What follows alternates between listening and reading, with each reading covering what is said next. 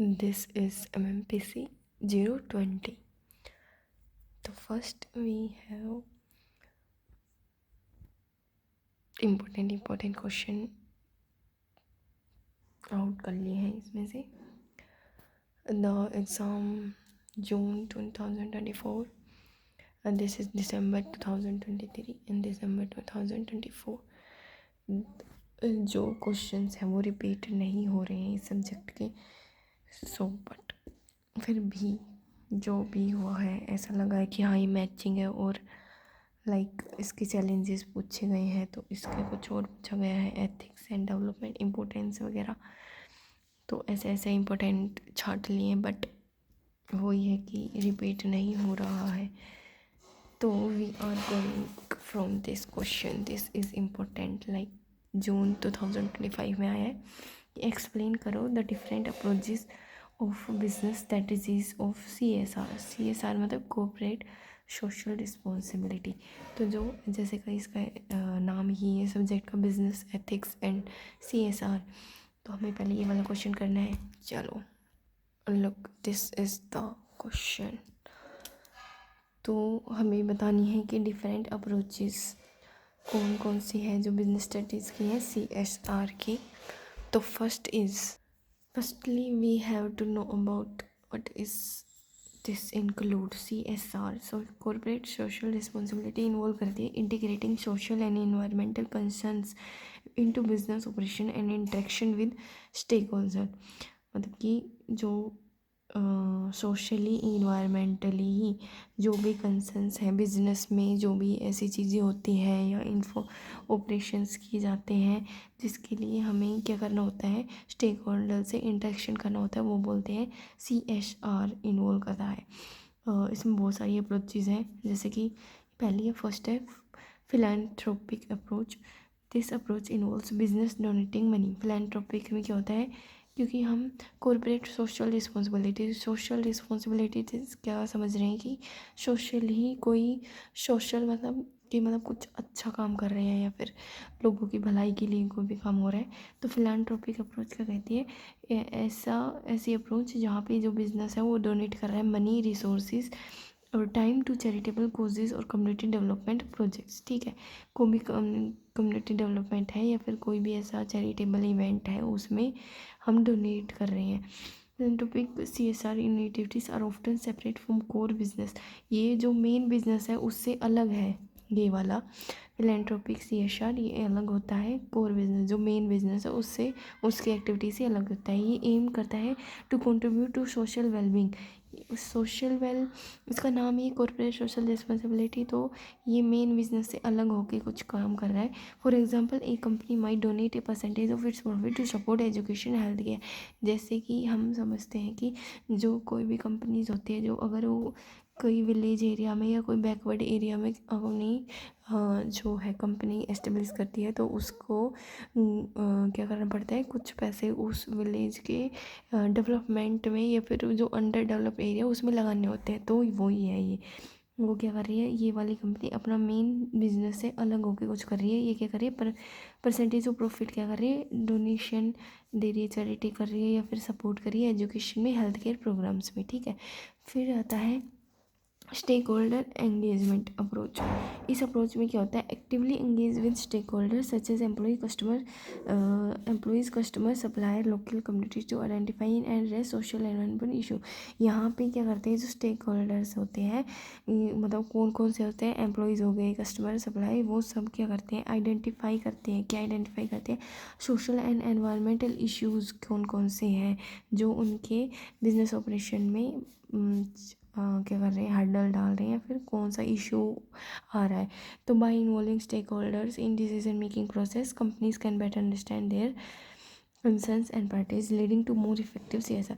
तो इससे क्या होगा, स्टेक होल्डर एंगेजमेंट। इसका क्या मतलब है कि जो एम्प्लॉयज़ कस्टमर स्टेक होल्डर के अंदर ही आते हैं, एम्प्लॉयज़ कस्टमर और सप्लायर जो भी लोकल कम्युनिटीज़ है, वो अगर एक साथ बातचीत करेंगी, डिसीजन मेकिंग करेंगी, तो वो क्या कर सकती हैं, बेटर अंडरस्टैंडिंग आ सकती है, सबको पता लग सकता है कि हाँ भाई ये वाला चैलेंज है या फिर ये वाला कोर्स हो रहा है जिससे हम कुछ डिफ़िकल्टी आ रही है, तो वो सब एक साथ सोल्व कर सकते हैं।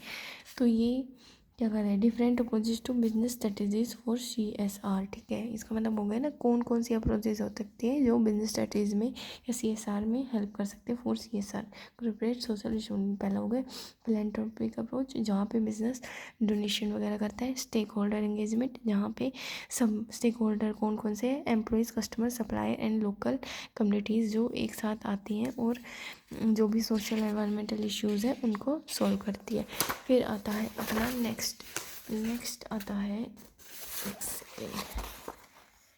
इस वाले में नेक्स्ट है जो अपना है थर्ड, शेयर्ड वैल्यू अप्रोच। इसमें क्या है कि जो यहाँ पे क्या करते हैं, creating value for both business and society, business के लिए भी फ़ायदा हो और सोसाइटी को भी फ़ायदा हो, ऐसा ऐसा करके हम इनोवेट बिजनेस प्रैक्टिसेस। ठीक है, बोथ एड्रेस सोशल नीड्स।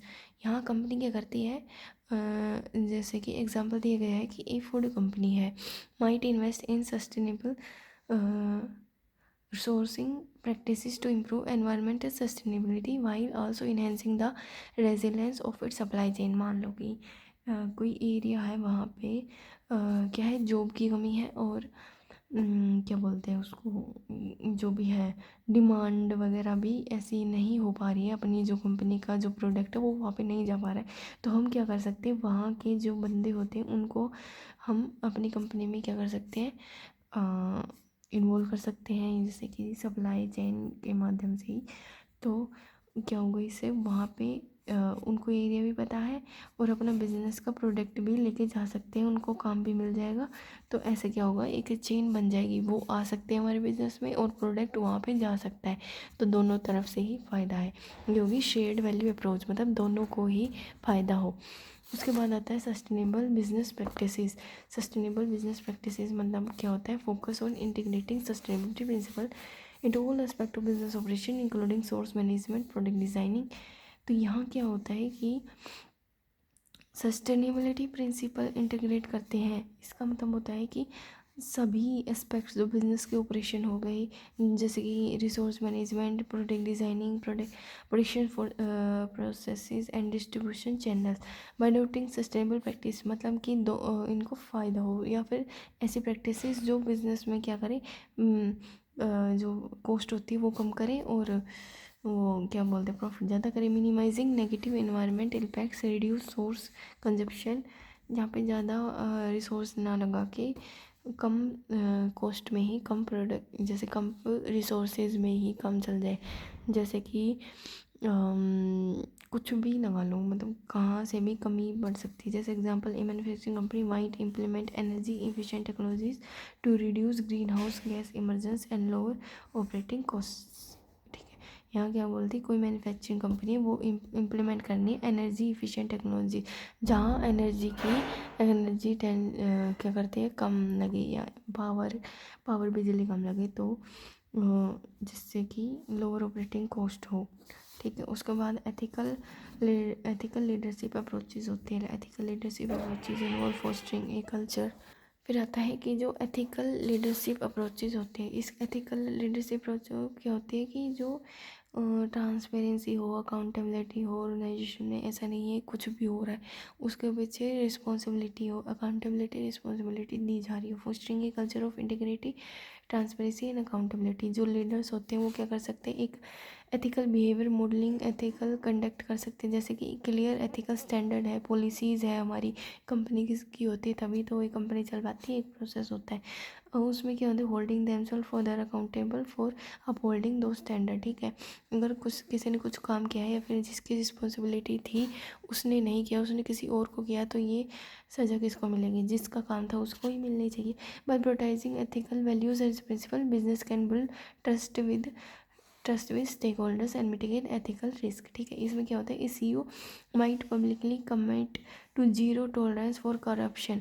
यहाँ क्या है, कोई CEO है वो बोलता है कि अगर कहीं से भी उसे पता लगा कि यहाँ पे करप्शन हो रहा है या फिर कुछ भी ऐसा हो रहा है कि कंपनी को कुछ नुकसान हो सकता है, तो उसको क्या करेगा, बहुत ही क्या फ़ाइन लगा सकते हैं और कुछ भी ऐसा कि निकाल सकते हैं।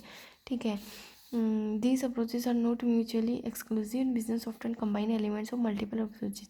तो मतलब ऐसा नहीं है कि ये एक कंपनी यही वाला एथिकल एड्रेस भी अपनाए, वो मल्टीपल अप्रोचेस भी यूज़ कर सकती है, ये बिजनेस के ऊपर डिपेंड करता है। ठीक है, ये हो गया अपना क्या था, डिफरेंट अप्रोचेस और बिजनेस स्ट्रेटेजीज का आंसर।